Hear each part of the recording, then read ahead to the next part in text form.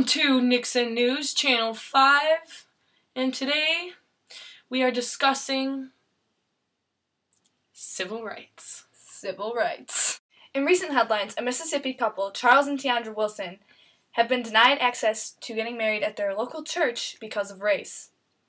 Which leads us to today's topic, civil rights. We will be discussing how America has grouped its citizens and how those citizens have responded to the discrimination they were faced upon.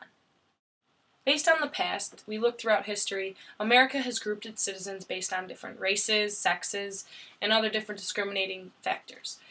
Today's topic on civil rights involves racism. Race is a manner of grouping people based on their skin color, and it actually is not biological. There is no race. It is something that people have created throughout history just to discriminate blacks, African Americans. Kelly Davenport later will be discussing the different ways that African Americans have responded to this discrimination.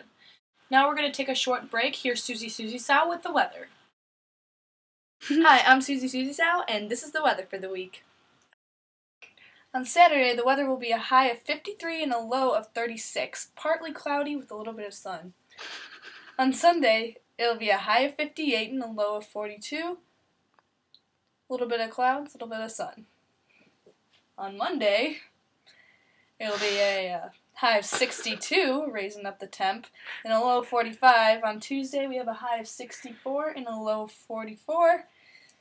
And for the rest of the week, the temperature seems to decrease. And with Wednesday, Thursday, Friday, we have 53, 48, and 52. Lows of in the straight 30s, 34, 32, and 34. And that's the weather. Hi, I'm Kelly Davenport, and I'm here to talk to you about how African Americans have gained their full civil rights today. The 5 main nonviolent tactics that African Americans have used to gain their full civil rights are boycotts, sit-ins, marches, freedom rides, and voter registration. By refusing to give up her seat to a white man, Rosa Parks was arrested. This started the bus boycotts that African Americans used, in which they stopped riding the buses and they walked everywhere. Along with bus boycotts, African Americans used sit-ins. White policemen would beat them up, and they would refuse to retaliate in order to keep their nonviolent tactics. An example of the marches was the very famous March on Washington, which was broadcasted on TV worldwide. This march became as famous as it is because of Martin Luther King's "I Have a Dream" speech.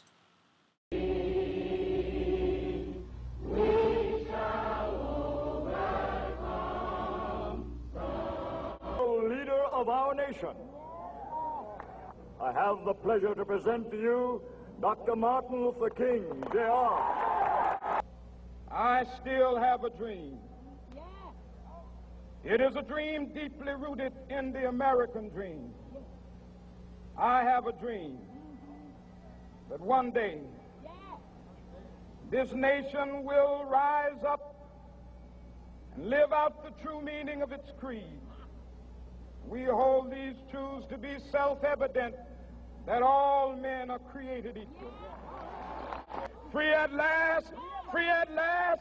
Thank God Almighty, we are free at last. Okay, thank you, Kelly.